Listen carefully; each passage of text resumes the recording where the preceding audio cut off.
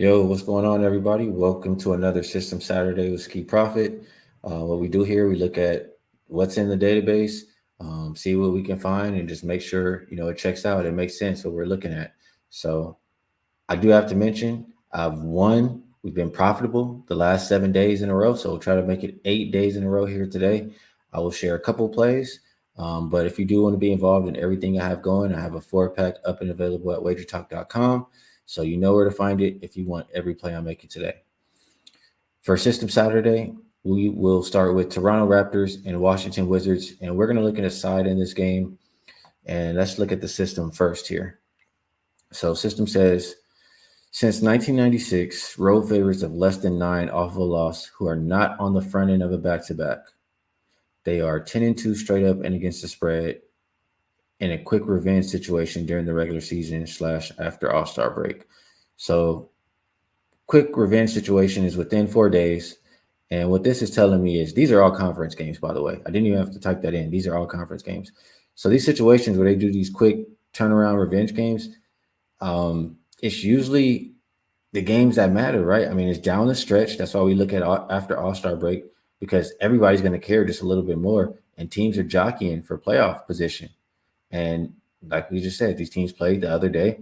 Washington got the victory. Now, they're tied as far as where they are in the standings, 9th and 10th. Whoever wins this game gets the ninth spot. We know it's still a play-in tournament, but this is a pretty big game for both of these teams. And I just look at how last game went. I mean, I know Toronto's not a great three-point shooting team, and they're not great defending the three, but I'm expecting a little bit better shooting from them. They shot 27% from three compared to a Washington team who shot 47%. They shot lights out. They weren't missing. There was a free throw differential of +7 for the Washington side as far as attempts and fast break points. Wizards 16. I mean, fast break points are in favor of the Wizards, 16 compared to 4.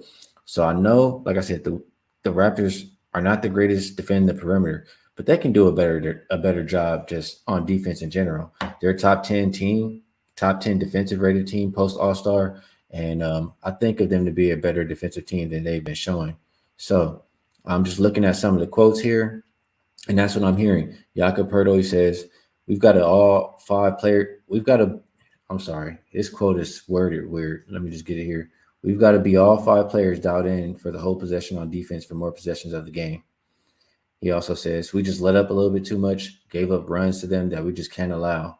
So they just, they weren't up for that last game where they should have been. It was a really important game. It was probably more important for Washington because Toronto was ahead of them.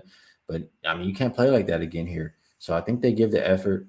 The database says that the road favorites come back and win the second time around here, as long as they win and cover, as long as they're not big favorites.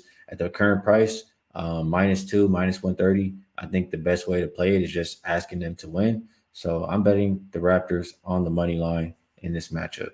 That would be system number 1 for this one. System number 2. Let's take a look at a different game here, and let me flip my sheet over just a little bit.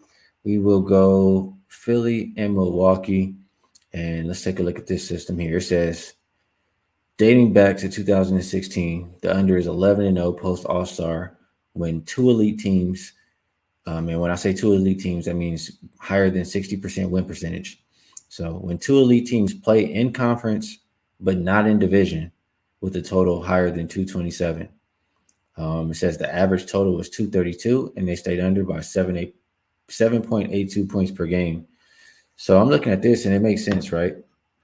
After All-Star break, just like the last system, these are 2 top dogs who are in the same conference, who are very likely to see each other down the road in the playoffs, and they got to let each other know who's the real top dog, and that's gonna bring a playoff type atmosphere. And what does that mean? That means more defense.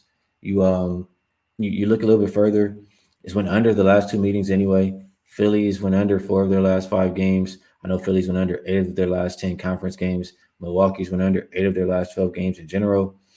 Philly playing at the 3rd slowest pace post All-Star. Milwaukee, the number 1 defensive rated team post All-Star, and both top 10 defending the 3 post or on the season. So everything is lining up here. I know the market doesn't agree because this one opened 227.5 all the way up to 232. I would have played it at 227. That's as low as I would go. But the system is pretty simple, and it's cashed the past few games that we've been playing it on. I think it's no reason to turn away from it today. So, system play number one says we're on the Raptors money line. System number two says we're taking Philly and Milwaukee under the 232, or lowest we'll go is 227 and a half. So appreciate you guys for tuning in. Like I said, if you want to be involved with everything I have going today, it's up and available at wagertalk.com. And let's go for winning day number 8 in a row. Best of luck, everybody.